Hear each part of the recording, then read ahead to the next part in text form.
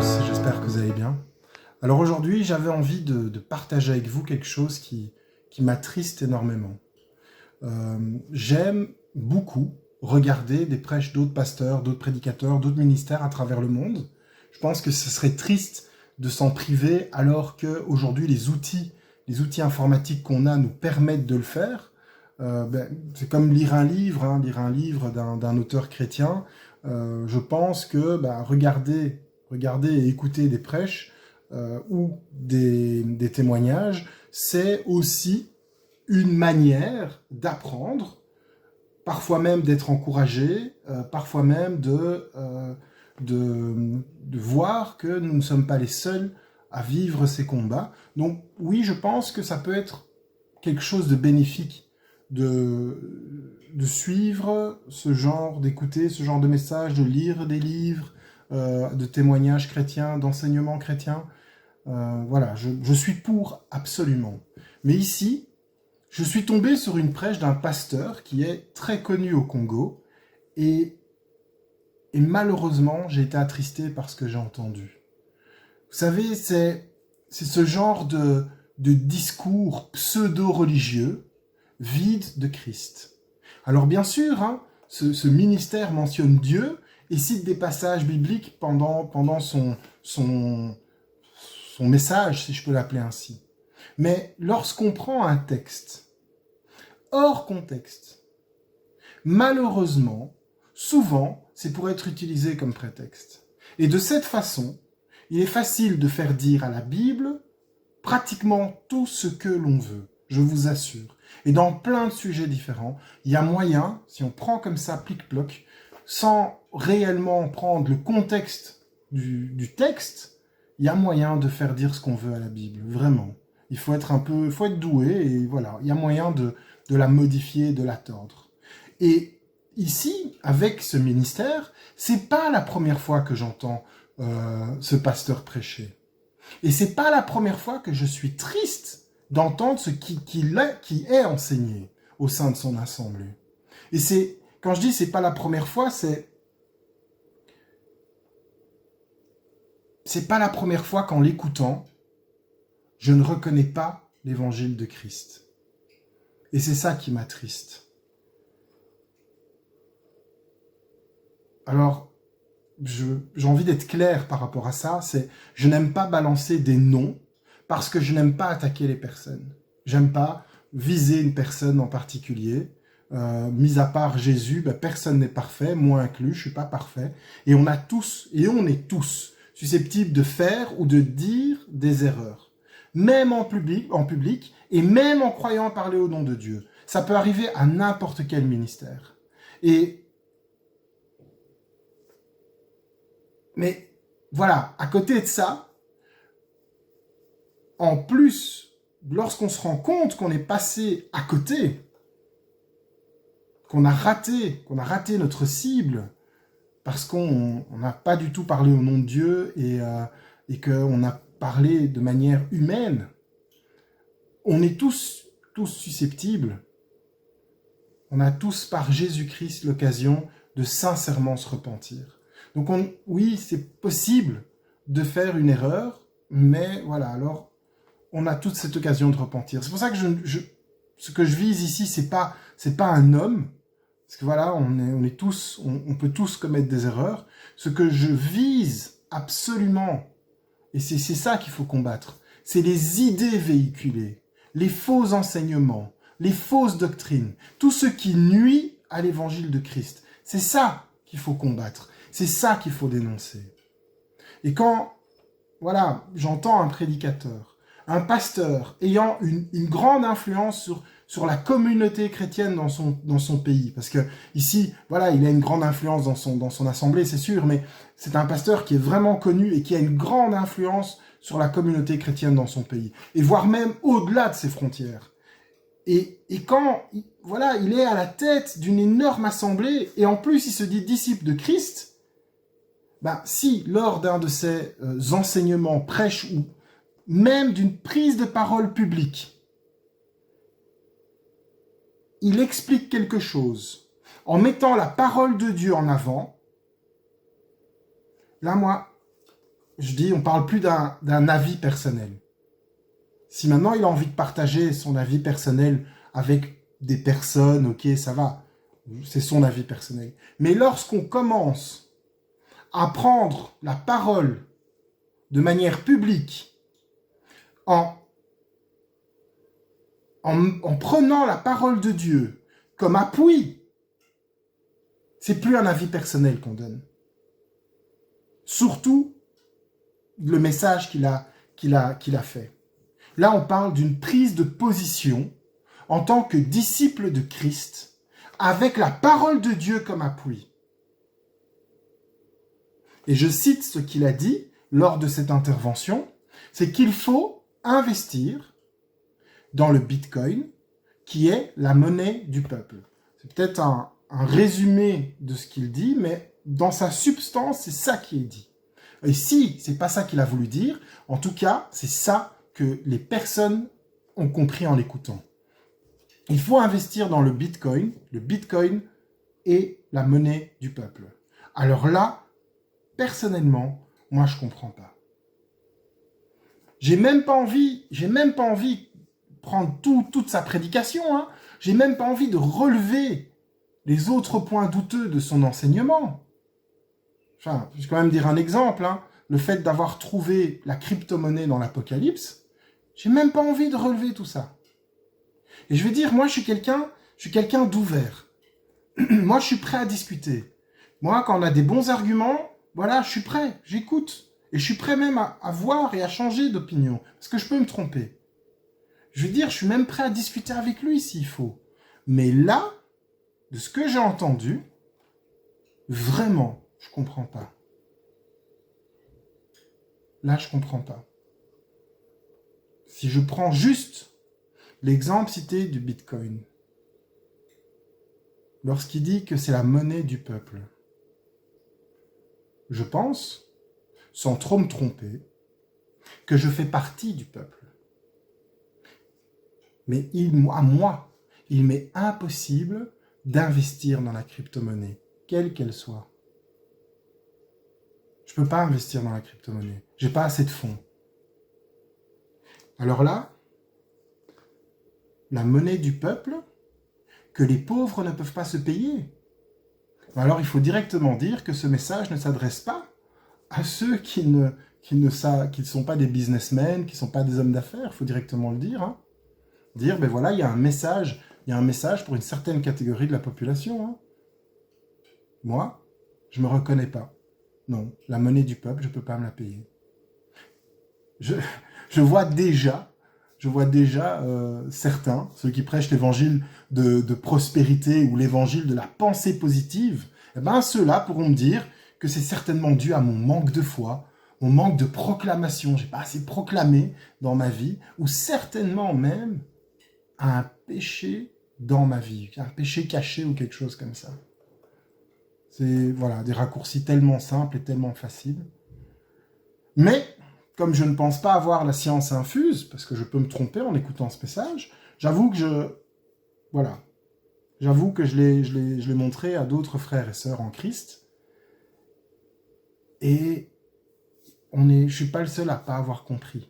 On est peut-être tous des ignorants, ou on comprend peut-être pas, mais non, on n'a pas compris, vraiment. Je voulais encore préciser quelque chose que, contrairement à ce que certains pensent, les chrétiens bien pensants,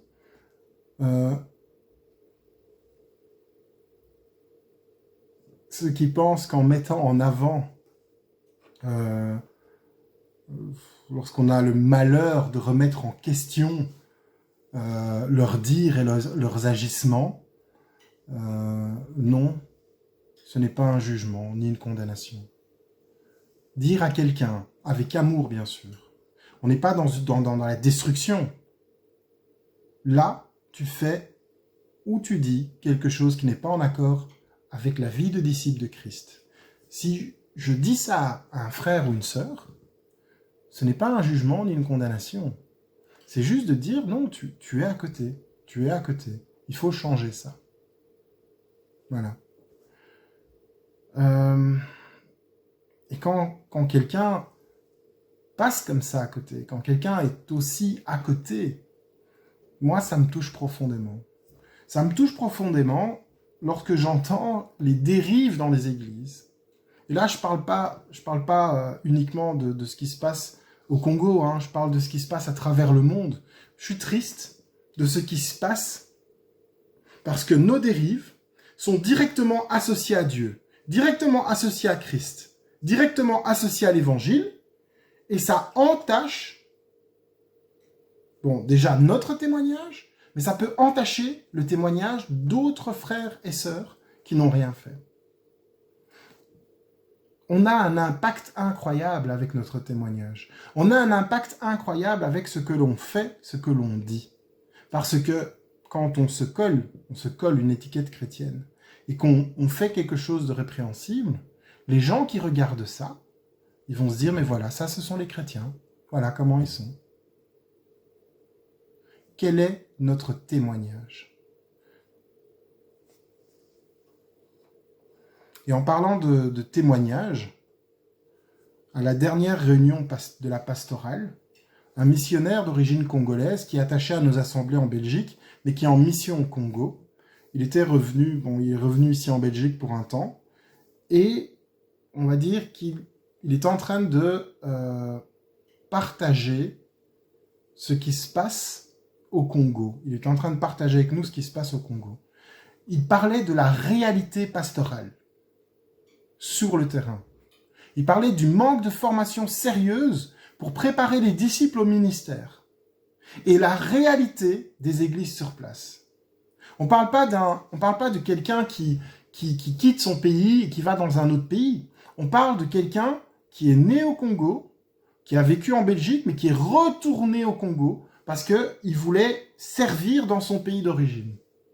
Il connaît bien le pays. Il connaît les mœurs, les us et coutumes. Il vient de là-bas. Et dans son partage sur la réalité du terrain, on se rend compte qu'on est loin des églises bling-bling qu'on nous montre sur Internet. Il était en train de mentionner le fait que certains ministères souffrent. Il parle de vraies catastrophes entre des pasteurs, prédicateurs qui roulent dans des grosses voitures, avec des grosses assemblées, des gros bâtiments, mais que les pasteurs ne prennent pas soin des brebis que Christ leur a confiées, des usines, des super grosses structures prônant l'évangile de prospérité, avec souvent un manque de formation sérieuse au ministère. Et à côté de ça, il y a des ministères qui ont du mal. Des serviteurs de Dieu qui peinent et qui souffrent. C'est jamais évident d'annoncer l'évangile face à des structures, et même si elles se nomment chrétiennes, face à des structures qui ont des enseignements séduisants, adaptés et transformés en guides à suivre, comme si avec Dieu, il suffisait de mettre les bons ingrédients, de tourner, de suivre une recette, pour que d'office, il ne puisse pas faire autrement que de nous bénir. Et souvent dans ces assemblées-là, c'est souvent matériellement qu'on est béni.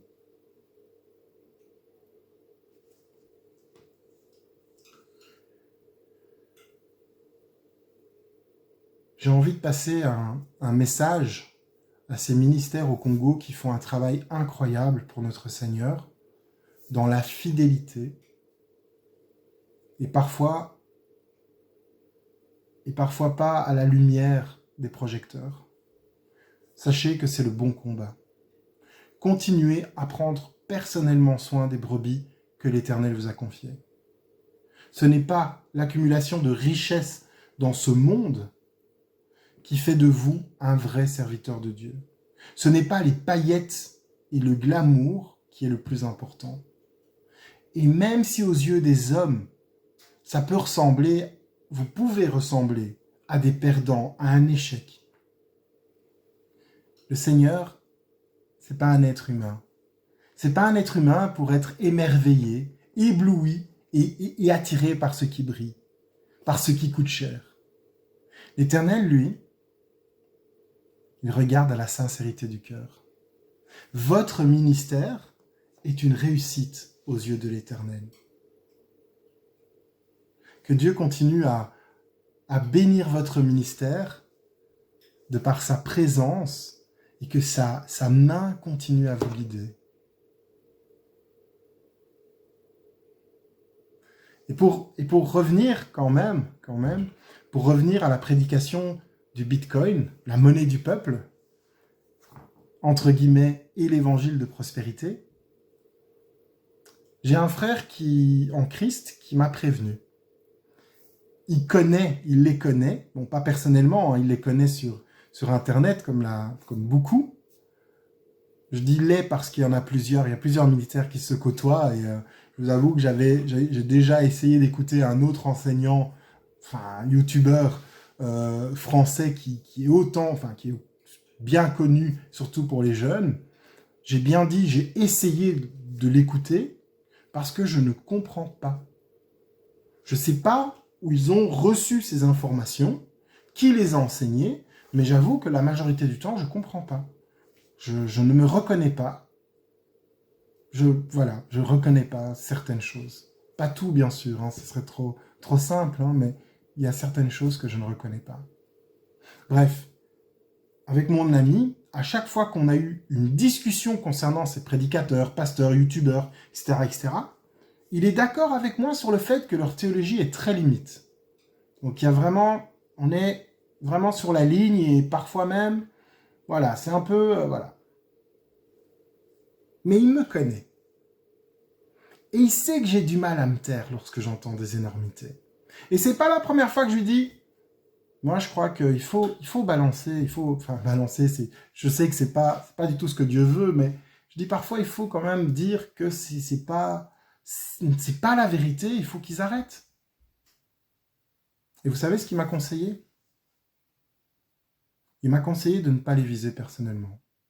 Il m'a dit, s'il te plaît, ne remets pas en question leur enseignement. Ne parle pas d'eux en public. Ne cite pas leur nom.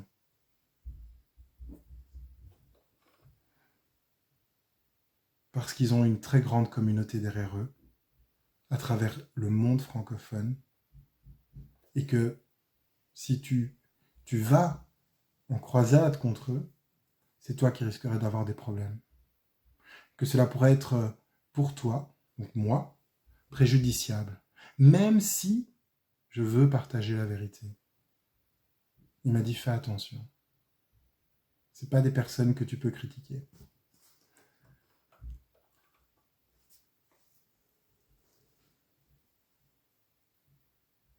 N'est-ce pas de Dieu que je devrais avoir le plus peur ?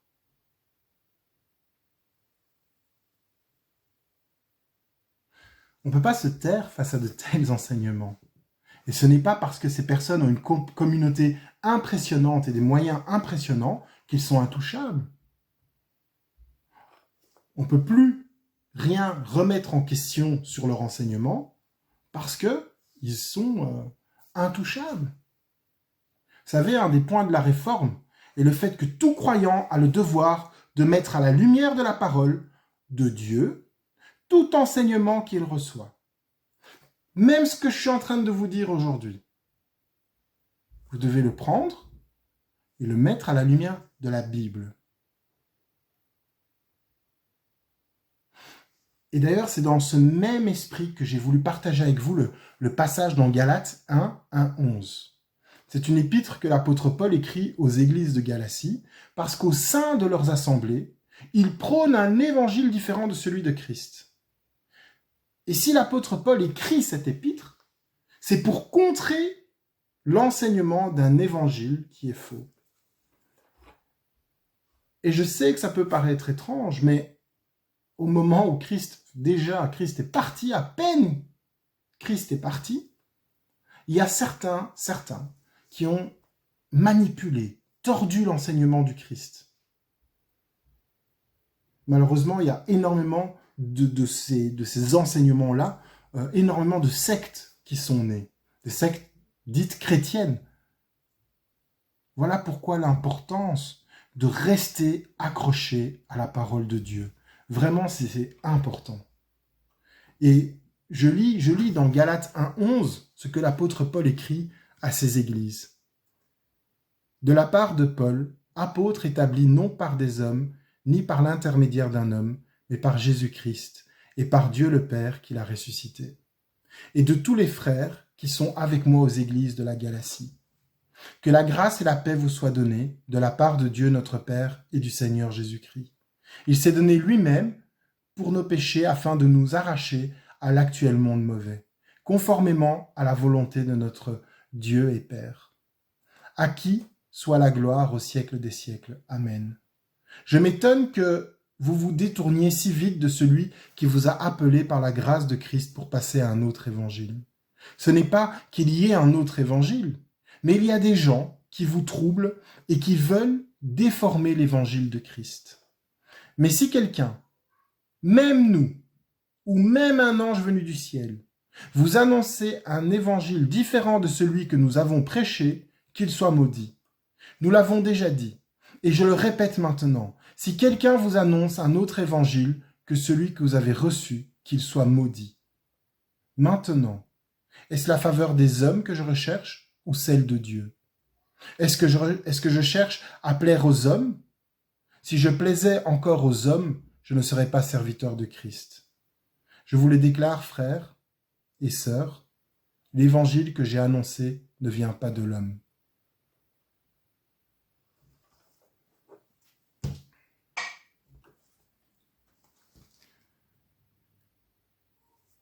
Nous arrivons dans les temps de la fin. De plus en plus de faux prophètes prendront la parole au nom de Dieu. La Bible est claire à ce sujet. Si je prends par exemple Matthieu 24, 24, qui dit « Car de prétendus messies et de prétendus prophètes surgiront. Ils feront de grands prodiges et des signes miraculeux au point de tromper, si c'était possible, même ceux qui ont été choisis. » La parole de Dieu, donc la Bible, nous parle aussi de loups déguisés en agneaux. Nous ne devons pas l'ignorer. Il y a dans l'Église des prédateurs déguisés. S'il vous plaît, faites attention. Notre seul bouclier, c'est Christ. Et l'unique socle sur lequel notre enseignement doit s'enraciner, c'est la Bible. Pas un homme, la Bible. Et pour conclure cette réflexion autour du Bitcoin, j'ai envie de dire, si Dieu t'a béni financièrement et que tu veux investir dans la crypto-monnaie ou n'importe quoi, investir dans n'importe quoi d'autre, fais-le si tu le veux. Sens-toi libre. Tu fais ce que tu veux avec les bénédictions que le Seigneur te permet d'avoir. C'est entre toi et Dieu. Ça n'appartient pas à un autre homme. Toi et Dieu. Dieu te permet d'avoir, tu disposes. Mais, et là je parle pour tout le monde, ne conseille personne d'investir en temps ou en argent dans le monde. Dans le monde, dans ses merveilles, dans ses sociétés, tout ce que vous voulez, sous prétexte qu'on le trouve dans la Bible, sous prétexte que c'est dans la parole de Dieu. Quand je regarde Jésus, je me dis, est-ce que Jésus se préoccupait de ses investissements bancaires? Ou est-ce qu'il se préoccupait plutôt du temps passé dans la présence du Père? Du temps passé avec le peuple qui était en souffrance, ceux qui étaient dans le besoin, les malades et ceux qui étaient socialement écartés. Si vous avez reçu des bénédictions de Dieu, c'est bien, alléluia. Vous pouvez toujours demander à Dieu quoi faire avec les bénédictions que vous avez reçues. Demandez à Dieu, pas à un homme. Mais si vous demandez à Dieu, Ne lui demandez pas ce que vous devez faire avec votre argent ou vos bénédictions, vos biens, si vous ne voulez pas réellement entendre ce qu'il a à vous dire. Et là, je pense à ce jeune homme riche face à Jésus. Et Jésus de lui dire, si tu veux me suivre, vends tout ce que tu as, tout ce que tu possèdes, et distribue-le aux pauvres. Ce n'est pas une obligation de faire ça, mais il n'était pas prêt à entendre ce que Jésus avait à lui dire. Ne demandez pas à Dieu si vous n'êtes pas capable d'assumer ce qu'il vous demande de faire après. Le seul conseil d'investissement que je peux faire à un frère ou une sœur en Christ, c'est le seul que je pourrais me permettre de faire, c'est d'investir du temps dans une relation sincère avec Dieu, dans la lecture et la méditation de sa parole, la louange, la prière et la communion fraternelle. Ce n'est pas dans un système bancaire, mais c'est dans ça que moi je vous encourage d'investir. Soyez bénis.